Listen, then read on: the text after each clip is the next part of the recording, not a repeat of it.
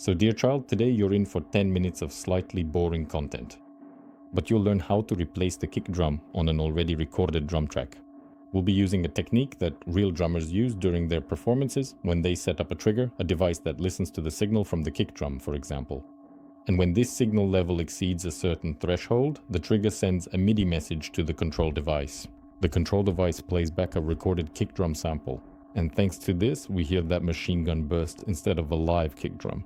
That lovely sound of modern metal that we all like so much. We'll have a quality example right here for you. It's a track that I mixed and posted on the channel. With Szymon Skiba, everything is already mixed here. By the way, everything was mixed using only free plugins. I lied. Actually, I lied. There is one paid plugin in there, but you can do without it. And originally, it actually sounds just like this.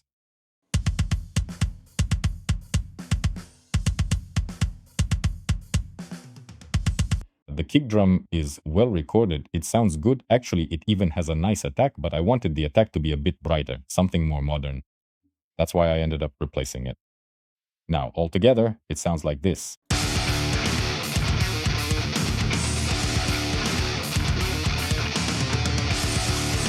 And you might want to change the kick drum, such as for a variety of reasons. Maybe it doesn't suit you.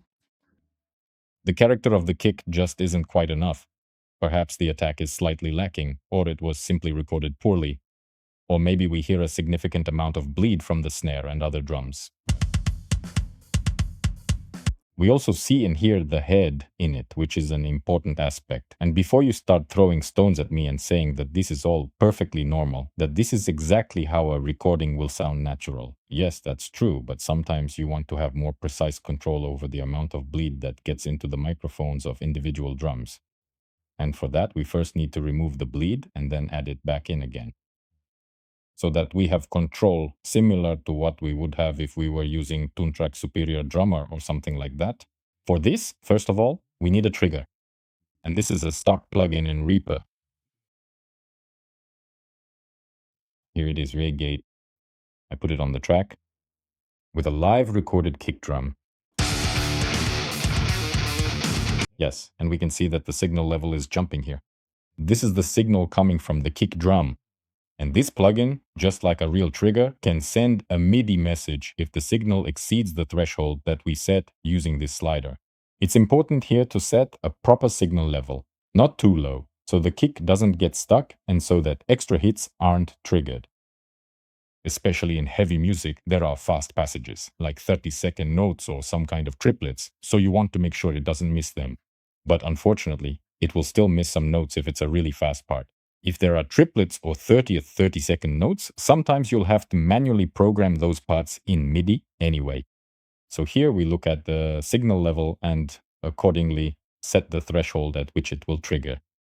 But at the same time, it shouldn't trigger unnecessarily. Sorry.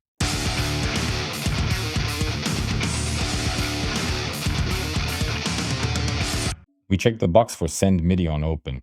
That means when the gate opens, it sends a MIDI message. And each note corresponds to a specific MIDI message. You can look up this list, just search for it on Google. I usually set it to 36 here. 36 corresponds to C in the small octave. I think it's the small octave. Correct me if I'm wrong. Usually that's where the kick is assigned by default in various drum kits. So when the trigger is activated, it will send C in the second octave. And here, on the mixer, we can immediately watch and see the indicator showing the outgoing MIDI message. This thin green line right here. On the right, that's the MIDI output.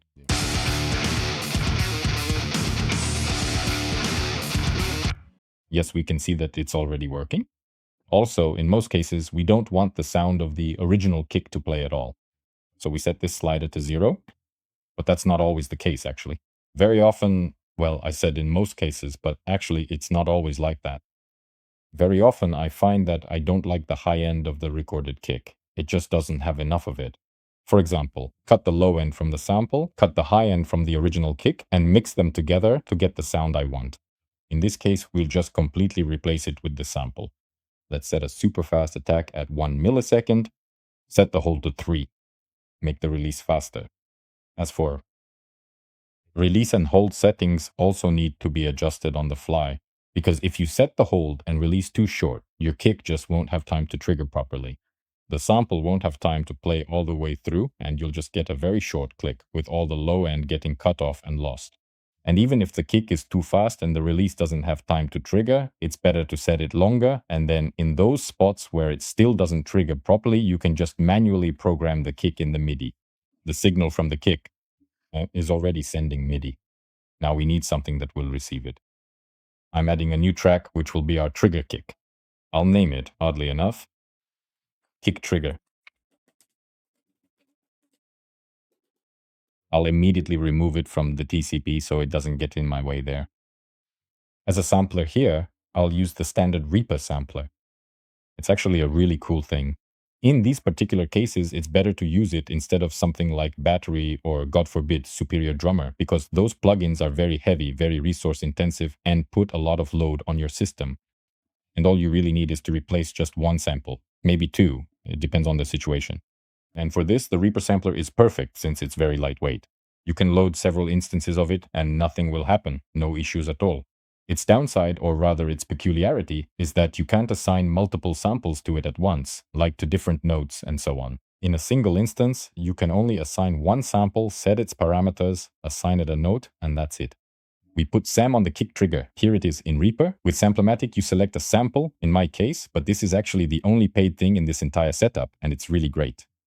A sample pack from Jen Bogren, which I highly recommend, by the way. In fact, I think it's a fantastic addition to this workflow. By the way, just so you know, right now it's on sale at a 50% discount, so it costs just 35 euros at the moment. I think, if I'm not mistaken, I want something that's punchy, energetic, and modern. So, let's set this up. What settings are we interested in here?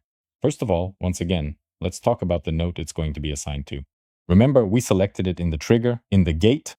Here we set the same thing. 36. It immediately shows that this is C2. Here, in principle, you can set the range in which it will be triggered. But for us, there's no point in that. We only need one note. So we have a trigger, we have a sampler. Now we need to send the signal from the trigger so that it goes to our control block. Here is our track with the original kick and a track with the trigger. We need to send a MIDI message from the track with the original to the track with the trigger. Just hold down the left mouse button on the sends, drag it over to the track with the trigger, and release. Here, make sure to disable audio because we don't want the audio to go to that track. We only need MIDI. Set it up. Well, here you can basically set it to all, but for clarity, I always choose the channel. Now everything should work. Let's check.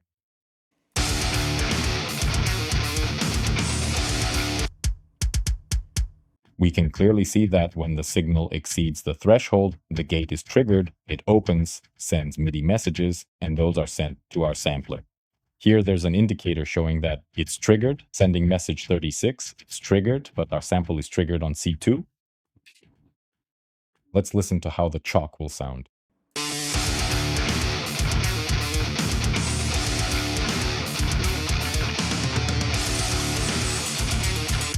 Pretty modern. Usually I don't really want every single note to sound so robotic, even though it's being played by a human now, and the kick drum isn't exactly perfectly on the grid, but still, the velocity is always exactly the same. It's always hitting at the absolute maximum. I don't really like that, and honestly, I also don't like it on recordings when guys play with drum triggers either, because it just ends up sounding too artificial and unnatural to me. Overall, it's the same here too.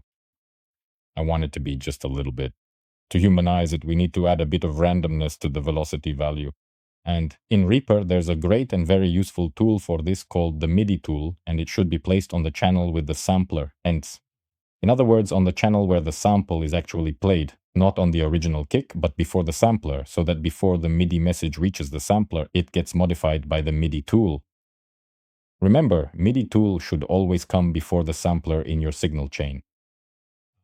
But I usually set max to around 120, so it doesn't constantly hit at full force.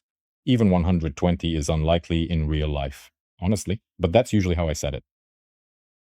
And here we have two values, velocity min and velocity max.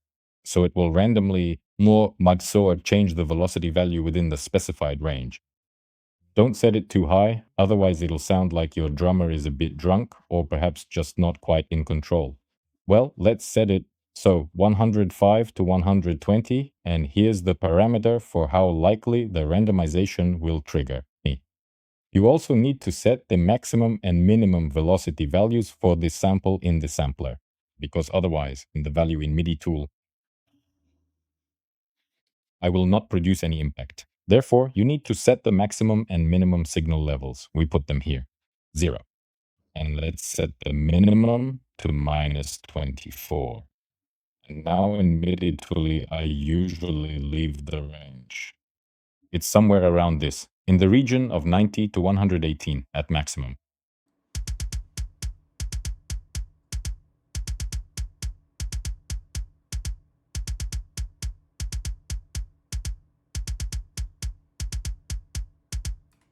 And I leave it somewhere in this mode.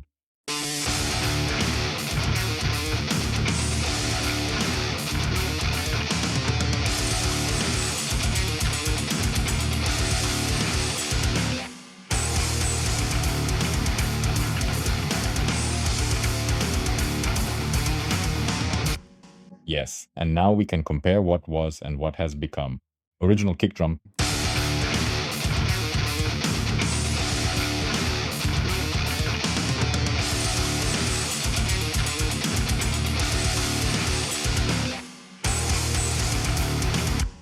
Noticeably more attack was added, but honestly, as I said, in this case it's not the best example because the kick drum was well recorded.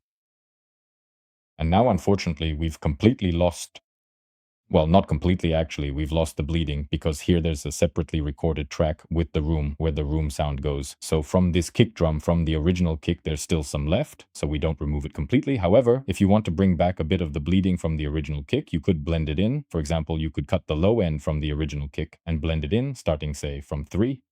Essentially, while most of the bleeding has been removed, a small amount still remains, and you can always choose to add more of that original room sound back in by carefully blending the tracks together.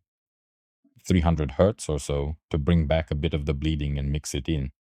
And that's how you can blend it in.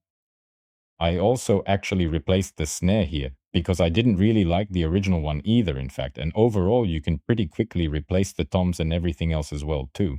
That's all for now.